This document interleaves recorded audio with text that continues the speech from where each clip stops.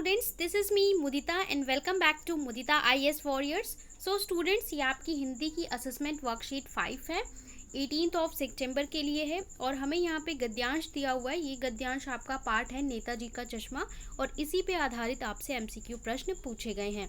सो एक बार इस गद्यांश को पढ़ लेते हैं और अगर आपको इस चैप्टर के नेताजी का चश्मा के एमसीक्यू चाहिए, मोस्ट इम्पॉर्टेंट एमसीक्यू जो आपके टर्म 1 में आएंगे, तो मैंने उसका अलग से सेपरेट वीडियो बना रखा है। जितने भी पॉसिबल एमसीक्यू हैं इस चैप्टर के, वो एक सिंगल वीडियो में प्रोवाइड किया है। अगर आपने नहीं देखा है तो आपको यहाँ आई बटन में वीडियो का लिंक मिल जाएगा, वहाँ से जाके आप लोग देख सकते हैं, ठीक है। और उसको ज़रूर देख लें जिससे आपके एग्ज़ाम की प्रिपरेशन और अच्छी हो जाए।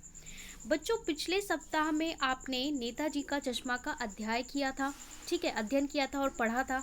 ये यहाँ पे बोल रहा है, नेताजी का चश्मा नामक पाठ स्वयं प्रकाश द्वारा रचित है, यानी इसके लेखक कौन है? स्वयं प्रकाश हैं। इस कहानी में व्यंग्यात्मक शैली बहुत ही मार्मिक मुद्दे को उठाया गया है। अब व्यंग्यात्मक शैली क्या होती है? जो लेखक होते हैं ना, वो बात को डायरेक्ट ना कह के व्यंग करते हैं। जैसे आप लोग इंग्लिश में क्या बोलते हैं? कमेंट बोलते हैं ना, ये कमेंटबाजी कर रहा है, मेरे ऊपर कमेंट कर रहा है। तो वैसे जो लेखक होता है वो व्यंग करते हैं। व्यंग मतलब सीधे से ना बोलकर थोड़ा उलट तरीके से बोलना, बातों को, गलत चीज़ों को दिखाने का प्रयास करना। व्यंग्यात्मक शैली में हंसी मजाक में गंभीर बात इस तरह से कहने की सुनने पढ़ने वाले को बुरा भी ना लगे और अपनी बात को भी कह दिया जाए। तो व्यंग्यात्मक का मतलब यही है कि जैसे आप मजाक में किसी की बात कह देते हैं और बुरा भी ना लगे और अपनी बात भी कह दे। जैसे आपने देखा होगा कई बार हंसी मजाक का शो होता है, कॉमेडी शो होता है और वहाँ पे कई बड़े बड़े मुद्दों को हंसी मजाक के ज़रिए पेश कर दिया जाता है, तो इसी को हम बोलते हैं व्यंग्यात्मक। यह कहानी हमें सोचने पर मजबूर करती है, देशभक्ति क्या है, ठीक है, देशभक्ति के लिए सोचने पे मजबूर करती है। इसमें कौन कौन योगदान देते हैं? क्या मैं भी देश के लिए कुछ करता हूँ या कर सकता हूँ?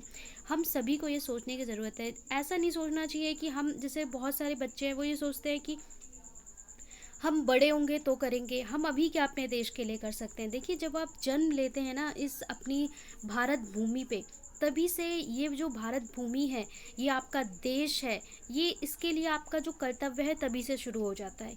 आप जहाँ पे हैं, जिस उम्र में हैं, आप तभी से अपने देश के लिए आपको सोचना चाहिए कि आप क्या कर सकते हो अपने देश के लिए, ठीक है। आगे है, आदि प्रश्न हमें इस विषय में सोचने के लिए प्रेरित करते हैं। इन्हीं तथ्यों को ध्यान में रखते हुए निम्नलिखित गद्यांश को पढ़िए और पूछे गए प्रश्नों के उत्तर दीजिए। देखिए, यहाँ तक तो आपको बस इंट्रो टाइप का दे दिया है, ठीक है, और यहाँ पे आपको दिया हुआ है थोड़ा सा पैसेज। पान वाले के खुद के मुंह में पान ठुसा हुआ था। यह एक काला, मोटा और खुश मिजाज आदमी था। तो यहाँ पे देखिए, एक एक लाइन से आपसे एमसीक्यू पुट किया जा सकता है कि खुश मिजाज व्यक्ति कौन था।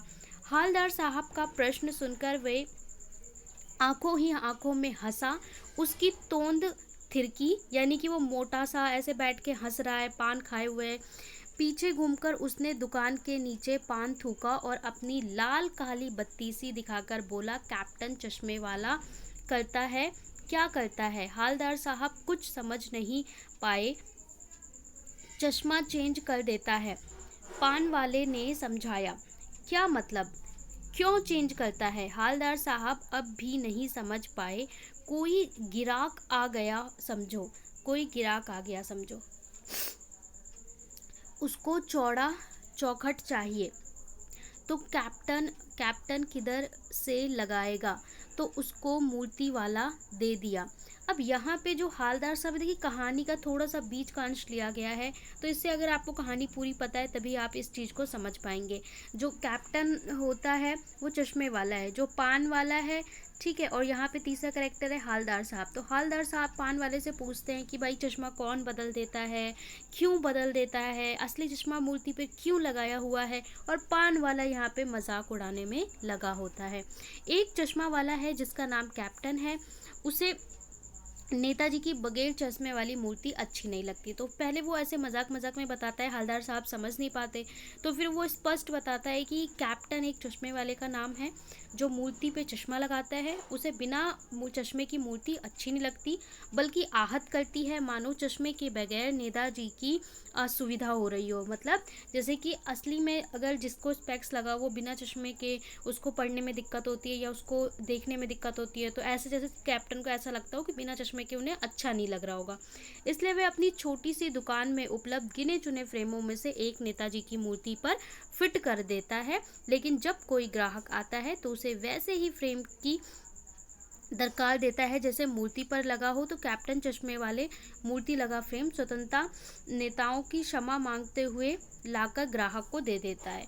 तो यहाँ पे वो कहते हैं कि पान वाला कहता है कि देखिए वो क्या करता है, उसके पास कुछ गिने चुने फ्रेम है, उसमें से वो एक चश्मा निकालता है, मूर्ति जी पे, नेताजी की मूर्ति पे वो चश्मा लगा देता है। अब क्या होता है, जैसे किसी ग्राहक ने देखा और उसने बोला मुझे तो बिल्कुल यही चश्मा चाहिए, ऐसा ही चश्मा चाहिए, यही चश्मा चाहिए जो मूर्ति जी पे लगा हुआ है, नेताजी की मूर्ति पे लगा हुआ है। तो वो क्षमा मांगता है और मूर्ति से ये चश्मा उतार के ग्राहक को दे देता है और मूर्ति पे कोई दूसरा अच्छा सा चश्मा फिट कर देता है। वाह भाई, खूब, क्या आइडिया है। लेकिन भाई एक बात अभी भी समझ नहीं आई। हालदार साहब ने पान वाले से फिर पूछा, नेताजी का ओरिजिनल चश्मा कहाँ है, कहाँ गया? मतलब कि ओरिजिनल यानी रियल चश्मा कहाँ गया? ये बात तो, ये आइडिया तो अच्छा है कि मूर्ति संगमरमर की है, पत्थर की है, लेकिन चश्मा ओरिजिनल। लेकिन ये बात समझ में नहीं आई कि उनका ओरिजिनल, तो इसका जवाब क्या है कि ओरिजिनल चश्मा बना ही नहीं था। उनके पास जो उनका पूरा बजट था, उनकी एमसीडी वालों का, ठीक है, जो पूरा, सॉरी एमसीडी बोल रही हूँ, जो म्यूनिसिपल पार्टी का था, जो पूरा बजट था वो तो मूर्ति बनाने में लग गया, तो चश्मे के लिए तो उनके पास पैसे बचे ही नहीं थे। अभी यहाँ अपने देख लेते हैं नेताजी का चश्मा नामक पाठ किस शैली में लिखा हुआ है। सपाट शैली, डायरी, व्यंग्यात्मक या आत्मकथा। तो देखिए लिखने की अलग अलग शैली होती हैं। तो यहाँ हमने स्पष्ट पढ़ा कि ये क्या है, बी यानी व्यंग्यात्मक, व्यंग करते हुए, हंसी मजाक करते हुए बड़ी बड़ी बातों को कह देना। यह कहानी हमें सोचने पर मजबूर करती है। क्या सोचने पर? अपने बारे में, देशभक्ति के बारे में, राजभक्ति के बारे में, समाज के बारे में। तो किस बारे में? सी, देशभक्ति के बारे में। इसको आप लोग डाक कर लेंगे। काला मोटा खुशमिजाज आदमी कौन था? हवलदार साहब, पान वाला, कैप्टन या चश्मे वाला? तो इसका आंसर क्या होगा? सी, पान वाला। ठीक है, ऊपर हमने पढ़ा है, तो इस तीनों को नोट करेंगे, आगे चलेंगे। इस पार्ट में हमें किस विषय में सोचने की प्रेरणा मिलती है? किस विषय में? देश के नेता क्या करते हैं, सैनिक क्या करते हैं, कैप्टन क्या करता है, या मैं देश के लिए, क्या मैं देश के लिए कुछ करता हूँ, यानी डी। तो यहाँ पे आपको क्या सोचना है? क्या मैं देश के लिए कुछ करता हूँ। नेताजी का चश्मा कौन बदल देता है? तो देखिए हमने ऊपर पढ़ा था, कौन बदल देता है? कैप्टन बदल देता है। तो ए इसका सही उत्तर होगा। गिराक शब्द से क्या अभिप्राय है? तो पान वाला बोलते हैं लगता है कोई गिराक आ गया। गिराक मतलब यहाँ पे क्या है? गिरने वाला, दुकानदार, ग्राहक या ग्राहक। तो इसका होगा बी, ग्राहक। ग्राहक को वो गिराक बोल रहा है, ठीक है, जैसे आम बोलचाल में मतलब ग्राहक आ गए, तो ग्राहक मतलब जो सामान लेने आता है, ठीक है। तो इसका आंसर क्या हो जाएगा? बी हो जाएगा।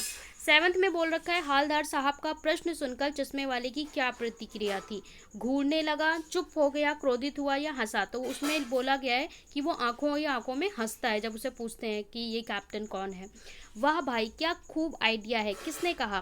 पान वाले ने, हालदार साहब ने, कैप्टन ने या किसी ग्राहक ने? तो ये किसने कहा? सी, हालदार साहब ने। बगैर चश्मे वाली मूर्ति किसे बुरी लगती थी? किसे बुरी लगती थी? हालदार साहब को, पान वाले को, कैप्टन को या सभी को? सो किसको बुरी लगती थी? कैप्टन को बुरी लगती थी।